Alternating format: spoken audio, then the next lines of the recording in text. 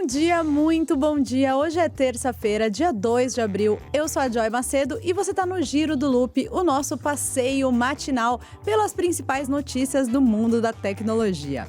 Hoje a gente vai falar sobre o Google que vai destruir dados de navegação coletados no modo anônimo do Chrome. O Gmail está completando 20 anos de existência. A Microsoft tirou o Teams do pacote Office, o Discord vai passar a exibir anúncios e agora não precisa mais fazer login para usar o ChatGPT. Um detalhe, não sei se vocês viram nas redes sociais do Loop, nas minhas redes sociais, estou usando o Oura Ring, o anel inteligente, já preparando aí para a chegada do Galaxy Ring, que deve chegar no mercado ainda nesse primeiro semestre. Então aproveita para mandar suas dúvidas lá nas redes sociais do Loop. Enfim, muitas pessoas querem saber sobre NFC, aqui não é o lugar, mas vai ter vídeo lá no canal do Loop Infinito. Enquanto isso, bora girar!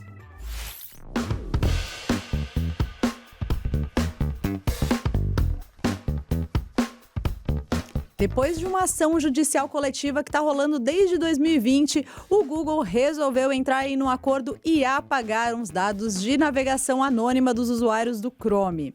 Bom, ele concordou em destruir ou desidentificar bilhões de registros de dados de navegação na web que foram coletados quando os usuários estavam naquele modo de navegação anônima.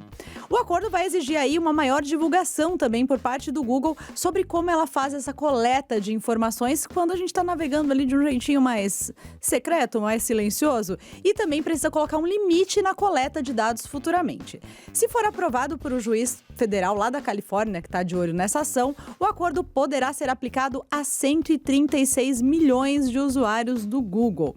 Lembrando que essa ação foi movida, como eu falei para vocês, há 4 anos, nossa, já faz 4 anos de 2020, sim, há 4 anos, por 50 usuários especificamente. De acordo com os dados divulgados aí nesse processo na última segunda-feira, o valor desses dados que o Google armazenou em dezembro de 2023 para trás, anteriormente, estão avaliados aí em cerca de 5 bilhões de dólares. E para isso, por isso que ele vai preferir, na verdade, destruir do que ter que entrar aí numa multa, enfim, isso pode render muito mais pano para manga. O Google se manifestou, e eu vou aqui abrir aspas do porta-voz da empresa, que é o José Castanheda.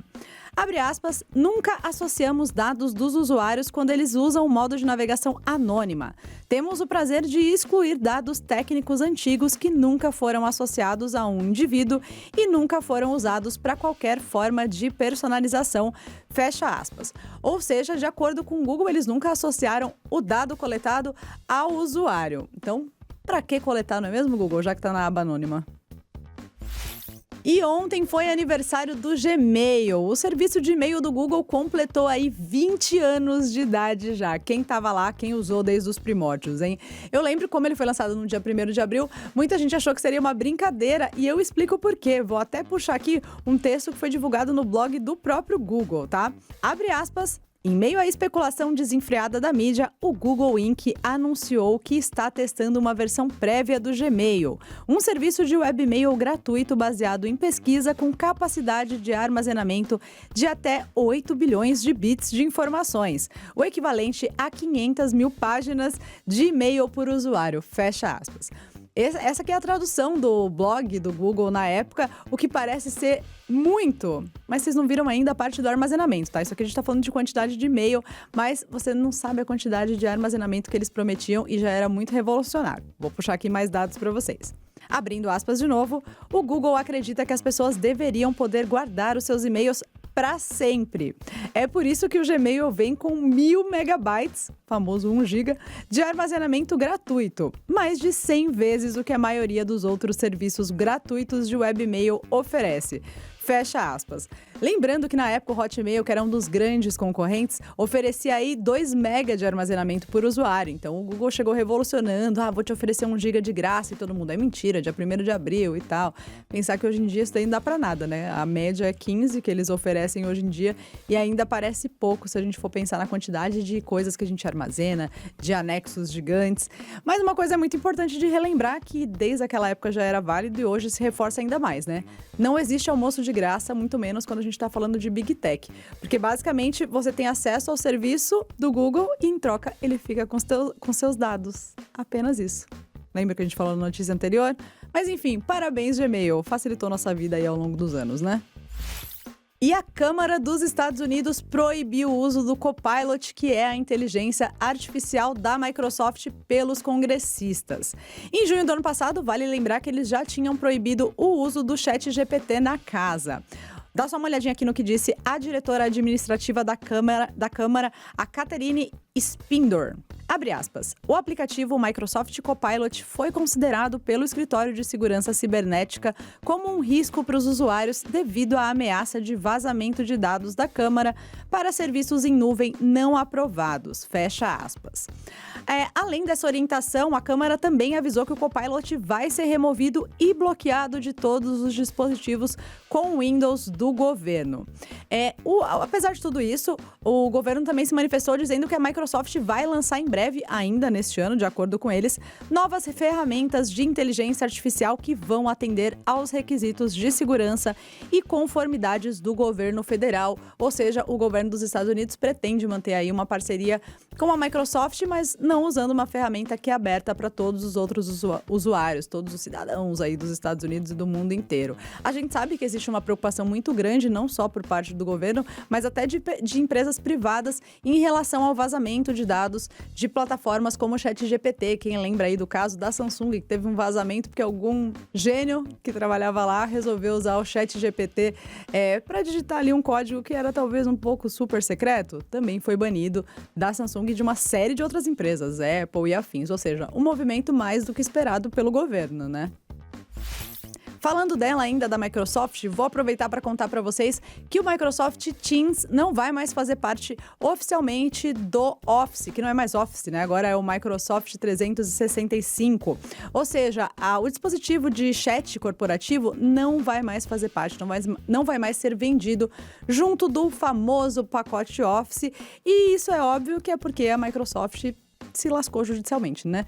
O Slack, que é um grande concorrente aí nesse quesito mensageiro corporativo, né? Mensageiro usado dentro de empresas, foi reclamar lá para a Comissão Europeia de que o Teams, né, da Microsoft, estava agindo de maneira ilegal, alegando aí que o fabricante do Windows forçou a instalação do Teams aos clientes por meio do seu pacote de produtividade, que é o Office, o dominante, né? O que a grande maioria das empresas acabam utilizando na sua rotina. Então o Slack não gostou nada disso, disse que não estava bom para ele não estava conseguindo entrar nessa concorrência, foi reclamar lá para a Comissão Europeia, que a gente sabe que está pegando firme aí nessa regulação das Big Techs, mas eles não precisaram intervir porque a Microsoft falou, beleza, ano passado mesmo ela falou, tô tirando do pacote, você compra separado, quem quiser compra separado do pacote Office, pode ficar de boa aí, Slack. Só que agora essa mudança vai ser global. No caso, quando ela divulgou a separação agora, né, nessa última segunda-feira, ela não abordou essas preocupações aí de venda casada, vamos dizer assim não, tá? Mas ela disse que tá oferecendo flexibilidade aos seus clientes já existentes. Claro que a gente sabe que ela tá se adiantando aí os processos, como eu falei para vocês no começo da notícia. A Microsoft introduziu o Teams aí como uma oferta complementar ao pacote Office 365 em 2016. E de lá para cá acumulou mais de 320 milhões de usuários, algo que a gente sabe que ganhou muito mais força depois durante e depois da pandemia, né? Por conta das pessoas precisarem ter um comunicador mais oficial ali, né? Fora do WhatsApp, para tratar de assuntos mais corporativos. Para a tristeza de muitos gamers e talvez a alegria de alguns streamers, porque eu não sei como isso vai ser convertido para eles, se é que vai ser convertido para eles, o Discord pode ganhar anúncios em breve, mais especificamente a partir da próxima semana, de acordo com fontes do Wall Street Journal. É claro que o Discord está pensando aí em como monetizar mais a sua audiência, não tem uma confirmação oficial ainda sobre isso, pelo menos até o fechamento aqui do nosso programa, mas o Wall Street Journal, que é conhecido por ter fontes muito confiáveis, trouxe essa informação. E de acordo com eles, né, eles citam aí pessoas familiarizadas com os planos do Discord em seu relatório, alegando que a empresa está atualmente contratando mais de 12 pessoas para vender e implementar os anúncios aí no aplicativo. Os usuários provavelmente vão conseguir aí desativar os anúncios, né, nas suas opções de configurações, mas a gente ainda não sabe se isso vai estar disponível também para os usuários do Discord Nitro, que já é uma parte paga, né, da plataforma. Enfim, vamos aguardar para ver como isso se desenrola, mas eu imagino que não vai agradar muita gente, né? E o ChatGPT não vai mais exigir login para usar a sua inteligência artificial, ou pelo menos parte dela, né? Mais de 100 milhões de pessoas em 185 países já estão usando o ChatGPT semanalmente, de acordo com a OpenAI. E agora, na última segunda-feira, ela anunciou que é só você visitar o site chat.openai.com e não vai mais ter nenhuma solicitação de login para você começar a conversar ali com a inteligência artificial. Claro que tem algumas restrições, você não vai conseguir salvar ou compartilhar o bate-papo que tiver ali com o ChatGPT, nem usar as instruções personalizadas ou outras coisas que geralmente precisam estar associadas a uma conta. Claro que isso levanta uma série de questões, principalmente ao controle do uso da ferramenta. Afinal, quando você está logado ali, você tem um mínimo de noção de quem está perguntando, pelo menos você tem como rastrear de alguma forma. E aí o TechCrunch, o site TechCrunch, foi perguntar à OpenAI se ela não se preocupava com esse tipo de questão de segurança e uso da ferramenta. E a resposta do porta-voz da OpenAI foi a seguinte, abre aspas, consideramos cuidadosamente como podemos detectar e impedir o uso indevido da experiência desconectada. E as equipes responsáveis por detectar, prevenir e responder ao abuso estiveram envolvidas durante todo o design e implementação dessa experiência e continuarão a informar o seu design seguindo em frente. Fecha aspas. Bom, agora só nos resta ver o que vai acontecer, né? Porque a gente sabe que já tem a opção de você selecionar ali nas configurações para não treinar a inteligência artificial com as suas perguntas. Parece que isso também vai estar disponível ainda na versão sem login, mas vamos aguardar para ver o que vem aí, né? A gente sabe que cada minuto que a gente pisca, OpenAI tá com alguma novidade. E por hoje é essa. E por hoje é só, pessoal. Quero saber se vocês caíram em muitas pegadinhas aí do 1º de abril ontem. Eu vi que tinha muita gente com dúvida se as notícias do dia eram reais ontem. Sim, eram reais. Os links ficam aqui na descrição do vídeo para quem tá assistindo pelo YouTube ou na descrição do episódio nas plataformas de áudio. Então fiquem tranquilos, não inventei nenhuma notícia, tá? Talvez aquela questão do Nanete... Bom, vão até o canal do Loop Infinito para entender melhor do que eu tô falando, mas aí é uma questão interna, né? Não ia inventar notícias para vocês, podem ficar tranquilos que aqui é um ambiente seguro, exceto por uma brincadeirinha ou outra que envolva o próprio Loop Infinito, fechado? E para quem não sabe, existe uma tradição de muitos anos no Loop Infinito de fazer brincadeiras leves, né? Brincadeiras assim, que não faz mal a ninguém. No 1º de abril, né? Então fiquem tranquilos, as notícias de ontem eram sim verdadeiras, exceto pelo caso de Júnior Nanete. Fechado? Então tenha um ótimo dia, obrigada pela companhia e a gente se vê ou se fala amanhã. Beijo, tchau, tchau!